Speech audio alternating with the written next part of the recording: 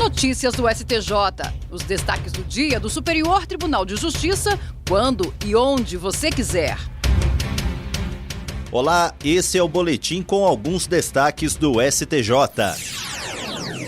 A quarta turma do Superior Tribunal de Justiça decidiu que é nula a citação de uma empresa estrangeira realizada por intermédio de uma suposta representante nacional, sem a comprovação efetiva de poderes de representação.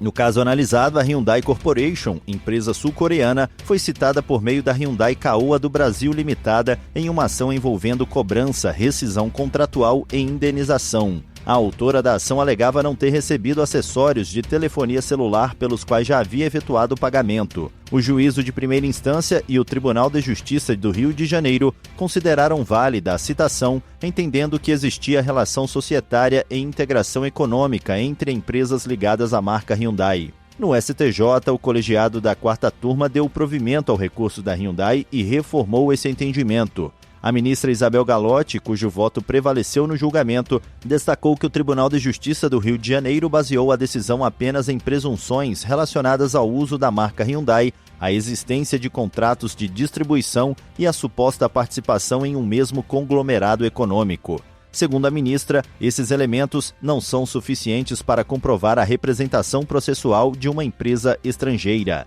Ela ressaltou que o fato de a Hyundai Caoa manter relações comerciais com empresas do grupo Hyundai não significa que possua autorização para representar a Hyundai Corporation em processos judiciais no Brasil. Dessa forma, a citação deveria ter ocorrido por meio de carta rogatória, instrumento adequado para a comunicação processual internacional.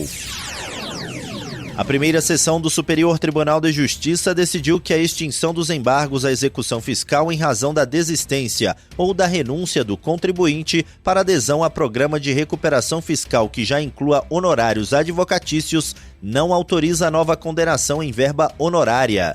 Segundo o colegiado, a cobrança de honorários adicionais nesses casos configuraria bis in idem, ou seja, dupla punição pelo mesmo fato, já que a verba honorária relativa à cobrança da dívida pública está contemplada no próprio parcelamento. O relator, ministro Gurgel de Faria, destacou que, sob a vigência do Código de Processo Civil de 1973, a jurisprudência admitia a fixação cumulativa de honorários na execução fiscal e nos embargos, respeitando o limite legal. Com base nesse entendimento anterior, as turmas de direito público do STJ passaram a admitir honorários nos embargos mesmo nos casos de adesão a programas de parcelamento, salvo previsão legal em sentido contrário. Contudo, o ministro ressaltou que o CPC de 2015 trouxe regra específica sobre o tema, especialmente no artigo 827, parágrafo 2º, que prevê apenas a majoração dos honorários já fixados, observando o teto de 20%.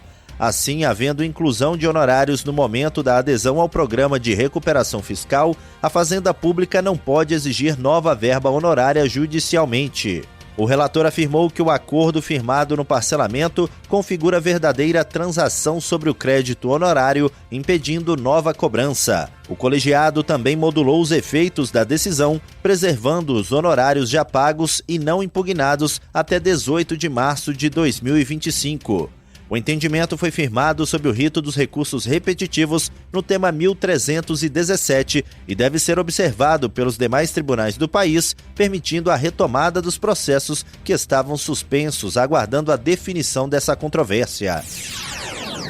A segunda sessão do Superior Tribunal de Justiça definiu diretrizes sobre os efeitos da quitação de atraso em contratos de financiamento imobiliário com alienação fiduciária. A decisão diferencia as situações ocorridas antes e depois da vigência da Lei 13.465 de 2017. Por maioria, o colegiado acompanhou o voto do relator, ministro Ricardo Vilas Boas Cueva, e fixou duas teses. Nos casos anteriores à nova lei, quando a propriedade já estiver consolidada e a mora tiver sido quitada nos termos do Decreto-Lei 70 de 1966, deve haver o desfazimento da consolidação com a retomada do contrato de financiamento. Já após a entrada em vigor da Lei 13.465 de 2017, se a propriedade tiver sido consolidada e o devedor não tiver purgado a mora, ele não poderá reativar o contrato. Nessa hipótese, terá apenas o direito de preferência para adquirir o imóvel conforme o artigo 27, parágrafo 2º-B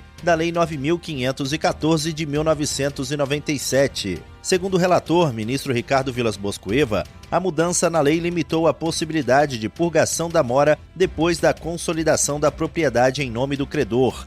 Ele destacou que o entendimento vem sendo reiterado pelo tribunal. A decisão também determina que a nova regra se aplique inclusive a contratos firmados antes de 2017, desde que a consolidação da propriedade e a ausência de purgação tenham ocorrido já sob a vigência da nova lei. Essa decisão foi tomada em julgamento realizado sob o rito dos recursos repetitivos, tema 1288. Isso significa que ela vai servir de base para os demais tribunais do país quando julgarem casos semelhantes. Agora, os processos que tratam da mesma controvérsia e que estavam suspensos à espera do precedente qualificado podem voltar a tramitar. E esse foi o Notícias do STJ de hoje. Para ouvir mais, acesse o Spotify ou o SoundCloud do STJ. Tchau, tchau. Notícias do STJ, uma produção da Secretaria de Comunicação Social do Superior Tribunal de Justiça.